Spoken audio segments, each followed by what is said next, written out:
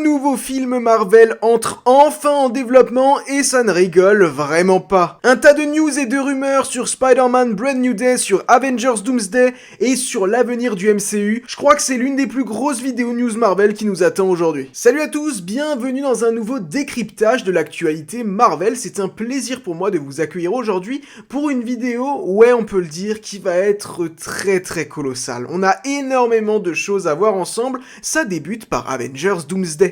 La rumeur nous vient de Daniel RPK et elle concerne le statut de Spider-Man dans le film. Mais attention, pas le Spider-Man de Tom Holland. En effet, une question que tout le monde s'est posée, mais qui sera donc le Spider-Man principal de ce film Avengers Doomsday? Eh bien, on a enfin la réponse et il s'agira de Tobey Maguire. Selon Daniel RPK, Tobey Maguire devrait être le Spider-Man principal du film et sera donc le seul Spider-Man de Doomsday. Bon, là-dessus, j'ai un peu du mal à y croire. Pour moi, Andrew Garfield ne sera pas dedans, mais je pense que Tom Holland apparaîtra à la fin ou en scène post-crédit et sera très important dans Secret Wars. Concernant le retour de Tobey, eh bien étonnamment, je vois que ça saoule pas mal de monde et c'est assez logique. Pour moi, Tobey, il a fait son temps. Quand Tobey Maguire est revenu dans le film Spider-Man No Way Home, eh bien l'intention n'y était pas. On voyait qu'il n'avait pas spécialement une vraie envie d'être là et qu'il était surtout venu pour ramasser son chèque. Et bien là, je crains que ce soit un petit peu la même chose. Et je me dis que ce serait peut-être pas une mauvaise chose que de tuer Tobey Maguire dans ce film Avengers Doomsday. Ça donnerait énormément d'impact et soyons honnêtes, il a fait son temps. Alors oui, Matt Tomlin, le co-scénariste de The Batman 2, essaye de faire une suite à Spider-Man en faisant un film Spider-Man 4 qui suivrait Tobey dans sa vie actuelle, sa vie de père et de mari. Moi, pour le coup, c'est pas quelque chose qui m'intéresserait des masses, mais après je comprends totalement qu'on soit intéressé et pourquoi pas. Mais franchement, j'ai du mal à croire que Tobey survivra à Avengers Doomsday. Une grosse partie du film concernera les mutants, et Magneto, dans ce film, devrait voir son utopie enfin réalisée, puisque selon Alex Perez de My Cosmic Circus, Magneto apparaîtra dans une situation totalement inédite. Quand on reverra Magneto dans Doomsday, il aura enfin obtenu l'utopie mutante dont il a toujours rêvé. Et face à la menace, eh bien, s'il voit cette utopie menacée, il se battra pour la protéger. Il se battra, mais ça ne devrait pas aller jusqu'au meurtre. En effet, pas de meurtre entre X-Men et Avengers, en tout cas, pas de meurtre volontaire. Alex nous déclare « Je ne pense pas que les X-Men ou les Avengers vont se tuer intentionnellement. Néanmoins, des morts peuvent arriver comme conséquence de leurs actions, mais pas comme un acte volontaire. » Assez surprenant quand on sait que Chris Claremont, qui avait donné des informations il y a maintenant quelques mois sur ses films, avait dit que Wolverine allait tuer un personnage très important, et il me semble qu'il avait bien dit qu'il s'agirait d'un Avengers. Maintenant, à voir si ça arrivera ou si ça n'arrivera pas, mais quand même, Alex de My Cosmic Circus, c'est très fiable, donc je pense pas, comme dit, qu'il va y avoir de mort intentionnelle. Après tout, ça reste des héros qui ont quand même un code d'honneur, bien que les mutants, ça peut être un peu plus complexe, on pense à Magneto par exemple, mais en tout cas, ça ne me surprend pas plus que ça. Et puisqu'on parle des X-Men, vous le savez, l'un des premiers films qui sortira dans cette nouvelle ère de Marvel post-Secret Wars, eh bien ce sera le film X-Men, réalisé par Jack Schreier. Les nouveaux X-Men, Cyclope et Jean Grey seront les leaders. Alex Perez nous confirme que le MCU opterait pour une équipe emblématique. Cyclope et Jean Grey seront les co-leaders de l'équipe. Il ajoute avoir entendu plusieurs noms très attendus, parmi lesquels Angel, Beast, Gambit, Rogue et Nightcrawler Diablo, qui pourraient tous faire partie de cette équipe. Quant à Cable, c'est possible, mais pas dans l'immédiat. Déclarant « Ils sont tous possibles, mais Marvel commence par les tout débuts avec l'équipe qu'ils ont planifiée. Et l'idée, c'est vraiment de les développer sur au moins un plan de 10 ans. Donc on va vraiment avoir un super développement des X-Men partant de zéro et allant de l'avant, et c'est super cool. Ils vont donner la priorité au personnage de Scott Summers Cyclope, et c'est une très bonne chose. Quant à savoir ce qu'ils feront de Wolverine, à votre place, je ne m'attendrai vraiment pas à voir un Wolverine dans le premier film. J'ai plus l'impression que Wolverine, qui sera normalement toujours incarné par Hugh Jackman, traînera plutôt dans son coin. À mon avis, il y aura des croisements, des interactions par-ci par-là, mais je pense qu'on le suivra surtout en solo ou avec une autre équipe. Bien qu'à un moment donné, ils seront obligés d'avoir un Wolverine dans les X-Men, parce que ce sera quand même quelque chose de très attendu. Avant qu'on continue, si vous êtes intéressé par l'actualité Marvel, les news, les théories, du lore, et pareil du côté de DC, eh bien vous êtes au bon endroit. Vous êtes sur la bonne chaîne, et je vous invite à vous abonner, à laisser un pouce et à activer la cloche si vous ne voulez rien manquer. Vous pouvez également me rejoindre sur Instagram et TikTok NateVerseFR, il y a du contenu exclusif là-bas et je pense que ça va vous plaire. Spider-Man Brand New Day. Alex Perez a livré un flot d'informations sur Spider-Man Brand New Day, confirmant que Marvel et Sony préparent un film bien plus ambitieux qu'annoncé. Sur le réalisateur, destin Daniel Cretton, Alex Perez confirme que l'équipe est plus que conquise, déclarant « Le moral est tellement haut sur le tournage que ce serait très difficile de le remplacer, même si le film n'était pas un succès, ce dont je doute, parce que destin Daniel Cretton a des coronesses, oui, des coronesses pour faire ce qu'il prépare. Autrement dit, s'il veut continuer, Marvel voudra le garder. » Ça fait très plaisir de savoir qu'il y a une bonne ambiance sur le plateau, c'est quelque chose de vraiment très important, et soyons honnêtes, destin Daniel Cretton a un sacré poids sur les épaules, il s'agit de redonner de la crédibilité au Spider-Man de Tom Holland, parce que John Watts a fait vraiment beaucoup de dégâts. Brand New Day est un film que j'attends énormément, et j'espère vraiment qu'il sera à la hauteur en termes de réalisation. Est-ce que c'est si compliqué d'avoir un Spider-Man qui se balance dans New York, bon sang? Et on l'a déjà dit sur cette chaîne, ce qui peut être un peu perturbant, c'est de savoir qu'il y a également le Punisher et surtout Hulk qui sont dans le film, et que du coup ça pourrait peut-être dénaturer le côté street level que tout le monde attend par rapport à ce film Spider-Man, mais je sais pas pourquoi, je le sens bien ce film, j'ai envie d'y croire. Sur l'arrivée de nouvelles versions du Bouffon Vert et de Dr Octopus, Alex Perez confirme clairement que le MCU introduira ses propres versions, distinctes de Willem Dafoe et Alfred Molina qui ont été vues dans Spider-Man No Way Home. Il explique que leur introduction suivra une approche parallèle à la série Your Friendly Neighborhood Spider-Man, mais sans être une copie conforme. C'est une très bonne chose, mais ce qui me surprend, c'est qu'en fait on le savait par rapport au Bouffon Vert, ça fait déjà un moment qu'on sait que Norman Osborn et la famille Osborn sera introduite dans la suite des aventures de Spider-Man, on imagine que le Bouffon Vert sera l'antagoniste final de la trilogie, néanmoins, je ne savais pas du tout qu'ils avaient prévu d'intégrer également le Dr Octopus. Donc si on récapitule, par rapport aux dernières rumeurs qu'on avait, Spider-Man dans cette nouvelle trilogie devrait affronter le Scorpion, devrait affronter Tombstone, devrait affronter certains vilains inconnus dans ce film Spider-Man Brand New Day, mais il nous avait également dit qu'il affronterait une nouvelle version d'Eddie Brock Venom, qu'il affronterait le Kingpin Wilson Fisk, le Bouffon Vert, et du coup, à cela s'ajoute également le Dr Octopus. C'est une très bonne chose, mais je me demande comment est-ce qu'ils vont faire pour réussir à nous mettre tout ça en l'espace d'une seule trilogie, parce qu'on peut également s'attendre à d'autres noms qui pourraient revenir. Franchement, Mysterio, je ne serais pas surpris qu'il soit encore en vie d'une manière ou d'une autre et qu'il finisse par revenir, et pareil pour Vulture. Une actrice très populaire sera dans le film Brand New Day, vous le savez, l'actrice Sadie Sink. Max Mayfield dans Stranger Things, qui devrait jouer un rôle quand même plutôt important. Et clairement, l'une des plus grosses questions autour de ce film Spider-Man Brand New Day, mais quel personnage va donc jouer Sadie Sink? Une rumeur persiste ces dernières semaines disant que Sadie Sink pourrait incarner le personnage de Chatra. Et à cela, Alex a dit « Je refuse de commenter ». J'ai pas envie qu'elle incarne le personnage de Chatra, ça ne m'intéresse pas des masses, parce que là on perd clairement le côté street level en y ajoutant un élément très multiversel, et honnêtement, prendre Sadie Sink pour incarner un personnage comme celui-ci, je serais vraiment déçu. Je développerai qui est Chatra si ça se confirme, mais le fait qu'Alex ait sélectionné cette question en précisant « Je refuse de commenter », c'est pas bon signe, parce qu'il aurait pu ne jamais sélectionner cette question. Il y a quelques semaines, Daniel RPK a rapporté que Yelena Belova serait présente dans Spider-Man Brand New Day. Alex confirme que leurs interactions ne justifiera pas de futurs crossovers.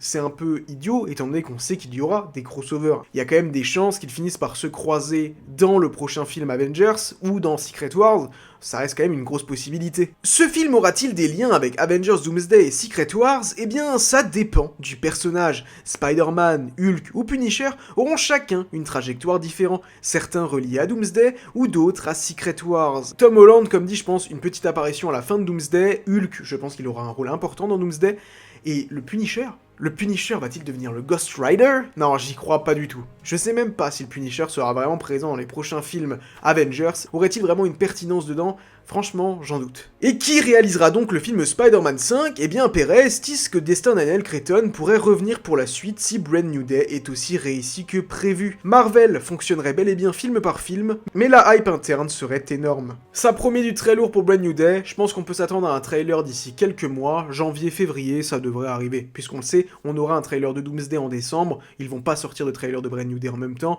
donc début d'année 2026 pour une sortie en juillet, on le rappelle. Je vous le disais plus tôt, mais Désormais, 2 nouveaux films sont en développement du côté de Marvel Studios, à commencer par Doctor Strange 3, pour mon plus grand plaisir. Selon Nexus Point News, Doctor Strange 3 est désormais en développement préliminaire chez Marvel Studios. Le studio chercherait un nouveau scénariste et un nouveau réalisateur. Sam Raimi et Michael Waldron ne devraient pas revenir. Benedict Cumberbatch serait beaucoup plus impliqué dans les décisions créatives cette fois-ci, notamment sur le choix du réalisateur. Il aurait même évoqué le nom de Sam Mendes, même si cela semblerait peu probable. Le film ne tournera pas avant la fin du tournage de Avengers Secret Wars, ce qui place Doctor Strange 3 plutôt loin dans le calendrier, probablement pour 2029. L'intrigue reprendrait après le cliffhanger avec Clea, toujours sans apparition confirmée de Strange ou Clea dans Avengers Doomsday, ce qui laisse penser que leur histoire sera directement poursuivie dans un 3e film. En réalité, on le sait,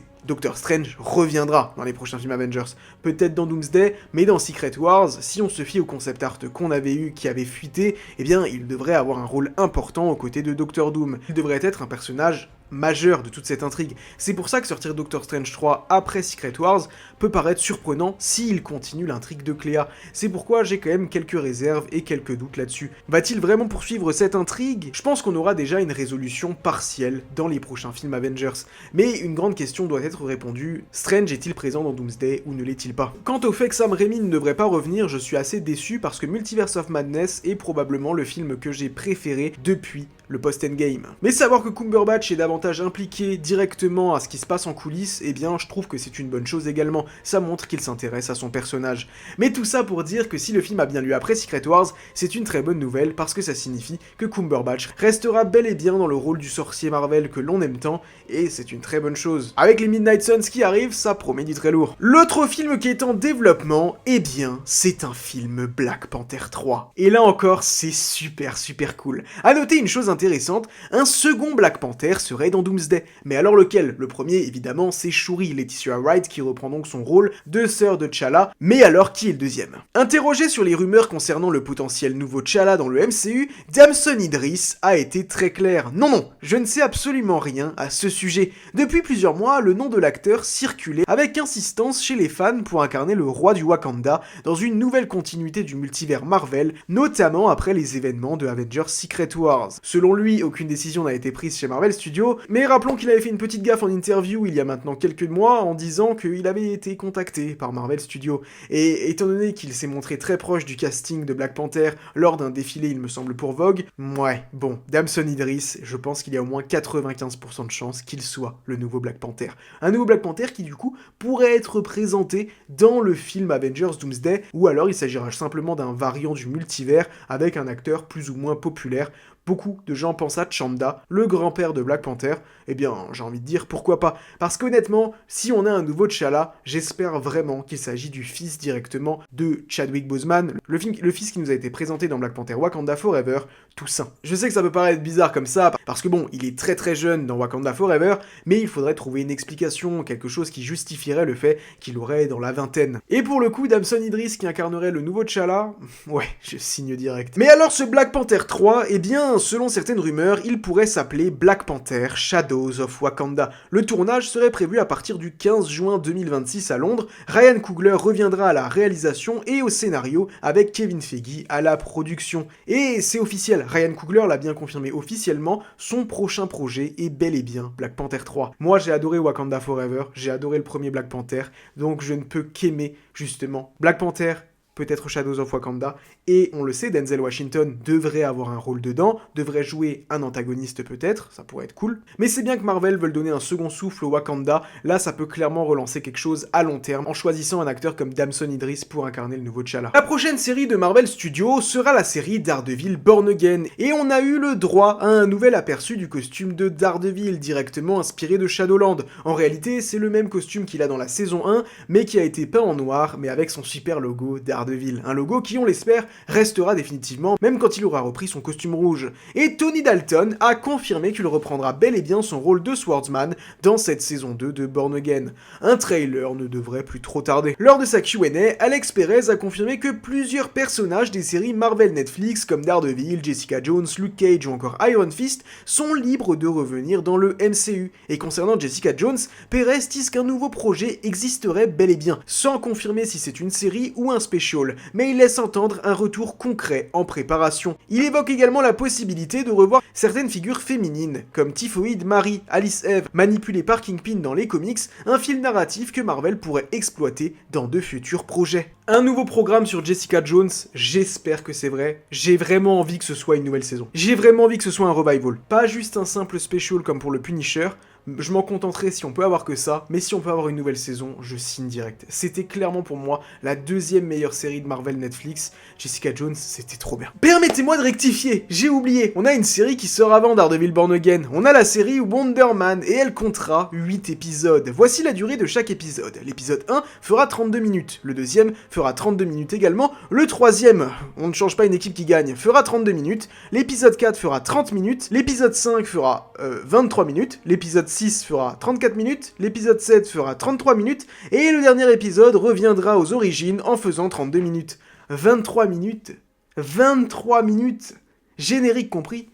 Vous vous foutez de nous, Marvel? Selon My Time to Shine Hello, Doorman ferait son entrée dans le MCU via cette série Wonder Man. Dans les comics, Doorman est membre des Great Lakes Avengers, capable d'ouvrir des portails à travers la matière, un pouvoir aussi étrange que pratique. Son apparition pourrait annoncer l'arrivée d'une nouvelle génération de héros marginaux, plus humoristiques, dans la lignée du ton attendu pour Wonder Man. Peut-être que Marvel a comme ambition, si cette série Wonder Man est un carton, de poursuivre avec une série Great Lakes Avengers. Bon, j'ai du mal à croire qu'elle s'appellera vraiment Avengers dans le nom, mais avec une série centrée sur une équipe avec un ton plus humoristique. Maintenant, est-ce que Wonder Man va marcher? J'ai de gros doutes. Un autre personnage du côté de Marvel est très attendu pour revenir, le personnage de Moon Knight. Dans une nouvelle interview pour GQ, Oscar Isaac, actuellement en pleine promo pour Frankenstein de Guillermo del Toro, est revenu sur son rapport à Disney et Star Wars.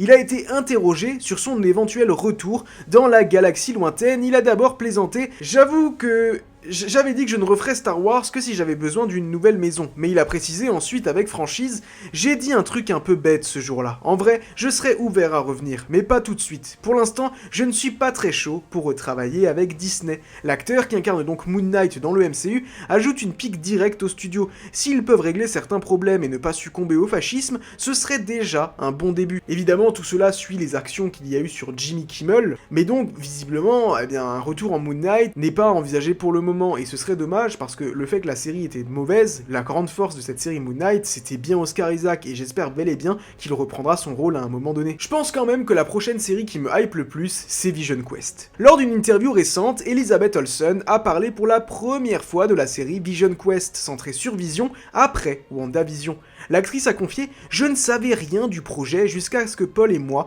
passions du temps ensemble il y a peu, et il en est tellement fier. » Elle ajoute « Ça ressemble à un mélange parfait entre Agatha All Along, sa série à lui, et ce qu'on avait créé avec WandaVision, donc j'ai vraiment hâte de voir ça. » Et selon My Time to Shine Hello, la série ne se limitera pas au retour de White Vision, elle introduira également Tommy Maximoff. D'après la source, Vision Quest servira de pont entre plusieurs projets majeurs du MCU, notamment la future série Champions, centrée sur la nouvelle génération de héros, et Avengers Secret Wars, où ces jeunes héros devraient jouer un rôle clé. Mais surtout, la série préparerait le grand retour de Wanda Maximoff, probablement en lien avec la reconstruction de Vision et le destin de ses enfants. Et cette série, eh bien on pourrait s'attendre à de divers caméos. On pense par exemple à Star-Lord, mais peut-être également à Shuri. Oui, Shuri. Interrogé sur un possible retour de Shuri dans Vision Quest, Alex Perez a répondu avec une petite énigme. Souviens-toi quand Shuri travaillait sur Vision dans Infinity War, essayant de le détacher de la pierre de l'esprit, tout en préservant sa personnalité et sa mémoire, à méditer. Une phrase semblant dire que la technologie du Wakanda et le génie de Shuri pourraient être liés à la renaissance de Vision dans Vision Quest. Je vais faire une blague que tous vos créateurs Marvel préférés vous ont déjà faite. Saviez-vous qu'il y avait un film Blade en préparation? Dans une Q&A pour My Cosmic Circus, Alex Perez a enfin donné des nouvelles très attendues du prochain film Blade. Il explique que le projet a été repoussé volontairement pour être intégré à la prochaine saga du MCU, et non à la fin de la multiverse saga. Cela se concrétisera, ne vous inquiétez pas à ce sujet. Selon lui, le film verra bel et bien le jour, mais Marvel veut repartir sur des bases plus solides avant de lancer cette nouvelle ère. Côté réalisation, Perez cite deux noms qu'il verrait parfaitement derrière la caméra. Et attention, là c'est deux noms que lui verrait personnellement derrière la caméra. Fede Alvarez, connu pour le film Alien Romulus, et Dan Trachtenberg, connu pour le film Prey, et si je me trompe pas, c'est également lui qui a réalisé le dernier Predator Badlands. Enfin bref, des réalisateurs tout droit sortis de la Weyland-Yutani, pour ceux qui ont la ref. J'attends énormément ce film Blade, je pense qu'il sortira en 2028 et lancera vraiment l'intrigue des Midnight Suns. J'aimais bien le fait qu'une version du scénario se déroulait directement dans le passé, ça serait très intéressant de poursuivre comme ça. Est-ce que maintenant, c'est toujours Mahershala Ali qui va incarner ce personnage? Là-dessus, j'ai quelques doutes, il commence à avoir un certain âge, mais bon, vu que Marvel continue avec des acteurs âgés, et va peut-être continuer avec certains acteurs âgés pendant encore un moment, d'un côté, ça me surprendrait pas tant que ça. On finit avec les jeux vidéo, puisque le studio Skydance Games a annoncé avoir décidé de décaler la sortie de Marvel 1943 Rise of Hydra, au-delà du début de l'année 2026. L'équipe explique vouloir atteindre un niveau de qualité à la hauteur des attentes des joueurs et rendre hommage aux personnages emblématiques de l'univers Marvel. Le jeu, qui réunira Captain America et Black Panther pendant la Seconde Guerre mondiale, est décrit comme l'un des projets les plus ambitieux de Marvel à ce jour, centré sur la narration et l'immersion. Et vu le trailer qu'on avait eu et les graphismes qui étaient juste exceptionnels, clairement, j'ai confiance en Marvel sur ce film et confiance en Skydance Games. Qu'ils prennent leur temps et j'espère que le jeu sera à la hauteur. Voilà, on a fait le tour. Comme vous pouvez le voir, énormément d'informations sur le MCU et sur Marvel en général. N'hésitez pas à me dire ce que vous pensez de tout ça dans les commentaires.